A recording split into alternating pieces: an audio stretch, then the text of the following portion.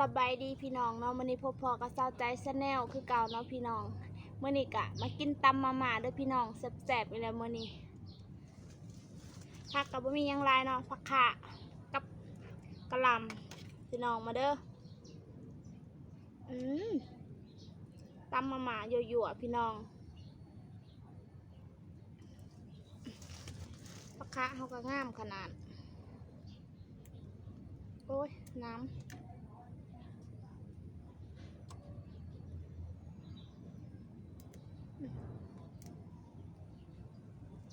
ปลาคะก่อนดอก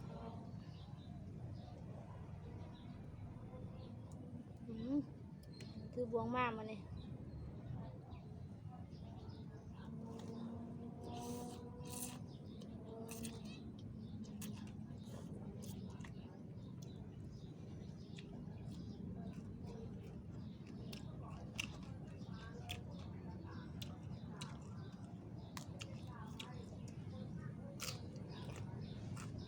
แบบ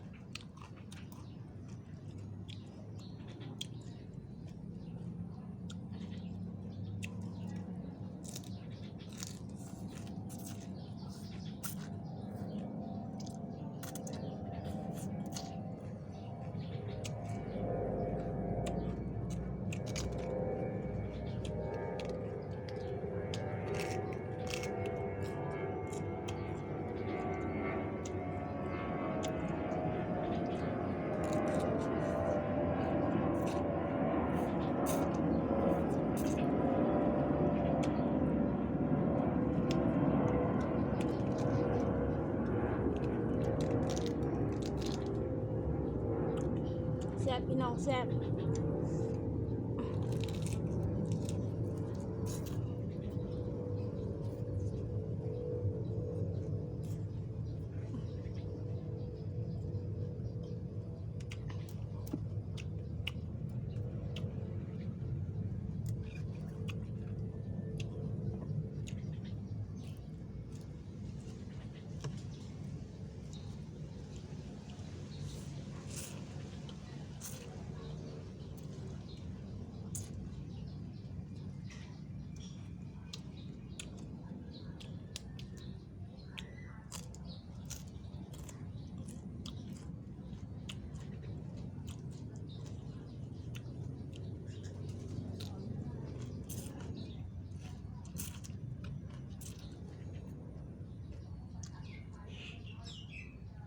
ก็เสืออีกแล้ว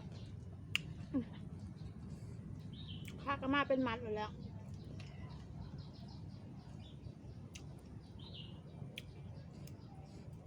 โอ้ยน้ำ